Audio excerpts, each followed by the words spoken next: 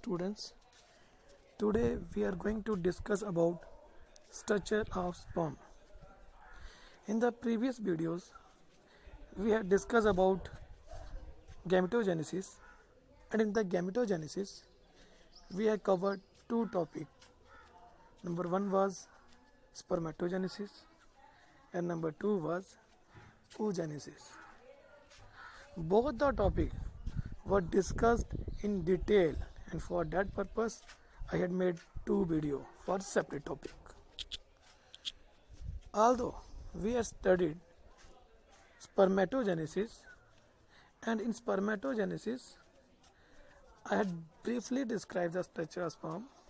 Now today I am going to discuss the structure of sperm in quite detail.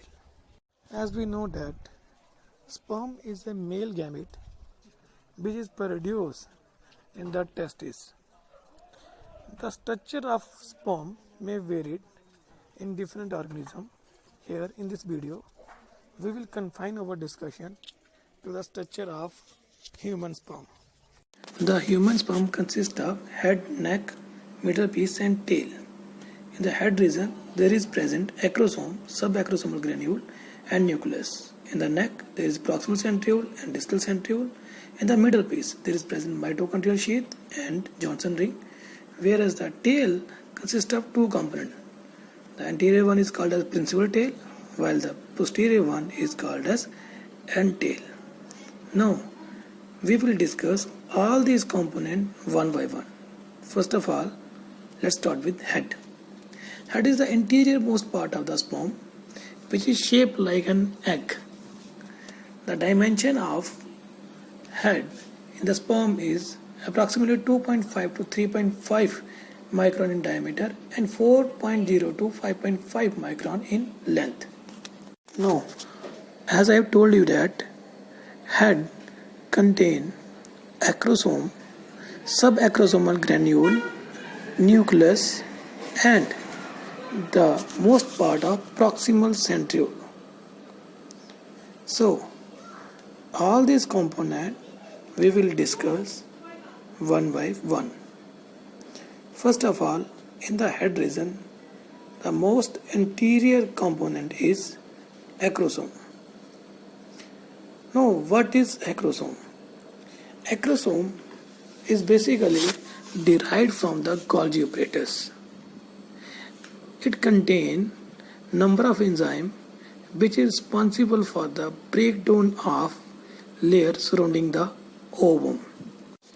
Beside enzyme, the acrosome also contains polysaccharides such as mannose, hexose and galactose. Now, what is the role played by the acrosome? Acrosome play a crucial role in the process of fertilization. Now the question arises how?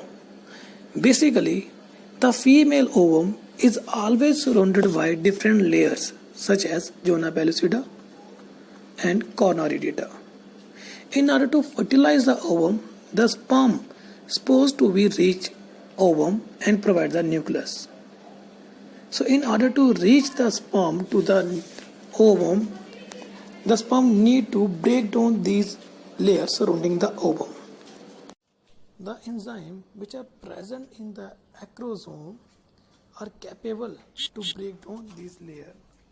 However, as I told you that they are always in inactive form. First of all, they need to be activated. How do they get activated? As the sperm come in contact with the layer surrounding the ovum, the calcium mediated pathways start working. It causes exocytosis of the enzyme present in the acrosome.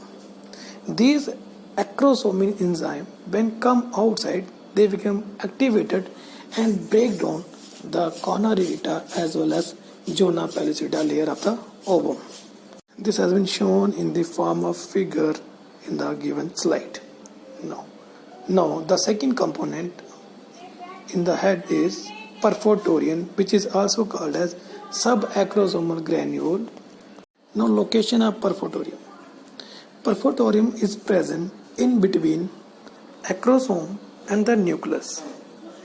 In the perforatorium, or also called as subacrosomal granule, there are present G-actin protein. These G-actin protein are always associated with another protein which is called as profilin, and the complex of two is called as profilin actin. At the time of fertilization, when acrosome gets washed out, profilin gets separated from the G-actin protein. As the profilin gets separated from G-actin protein then gets polymerized to form a rod-like structure that pushed the acrosome from behind, which result eversion of the acrosome. Basically, the inner lining of the acrosome contains receptor site which need to be pushed out so that it get attached to the ovum. So the main function of G-actin protein is to form rod-like structure that cause eversion of the acrosome so that the receptor site get exposed and find the way to attach to the ovum. Now the nucleus. Nucleus, as we know that it is always haploid in nature in case of gamete. The nucleus take about 65% of the head. One of the most striking feature of sperm is the presence of protamine instead of histone protein in the chromosome or nucleic acid. Now the head region is followed by neck. In the neck region, there are present two centriole. The anterior is called a proximal centriole and the posterior is called a distal centriole.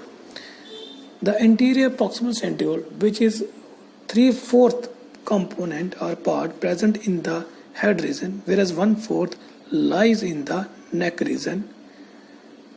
It always donated by the sperm to the ovum in case of human being so that meiosis II can take place. The distal centriole give rise to the axial filament that help in the movement of sperm. Now the third component of the sperm is middle piece that lies between neck and the tail. In some of the book it is also considered as the component which lies between the head and the tail. The middle piece constitute about 10% of the whole sperm. In the middle piece there are present mitochondrial sheath which is arranged spiral to the axial filament. In the figure I have shown the axial arrangement of or the spiral arrangement of mitochondrial sheath, which is also called as Nevinkin sheath around the axial filament. The part of the cytoplasm which are present in the periphery of middle piece is called as manchet. In the posterior end of the middle piece there is present Johnson ring or also called as ring centriole. Now what is the function performed by mitochondria? As we know that mitochondria is the powerhouse of the cell. It basically provides energy to the flagella or the axial filament so that the movement of the sperm could take place. Then the role of Johnson ring is to prevent the entry of mitochondria from middle piece to the principal tail. Now the tail in human sperm consists of two parts, principal tail and the end tail. The difference between the two parts is in principal tail all the three fibers, that is alpha, beta and gamma is present. However, in case of end tail only two fibers is present, that is beta and gamma, whereas alpha fiber is entirely absent. Now what these fibers perform the function? Alpha fiber contain an enzyme called as succinyl dehydrogenase. Beta fiber contain an enzyme acetylcholine esterase, whereas the gamma fiber contain an enzyme ATPase. So dear students, I have provided you the handmade diagram right in the beginning regarding the structure of sperm, and it is followed by other diagrams. If you have any type of confusion, then do comment me or contact me. All the very best for your content.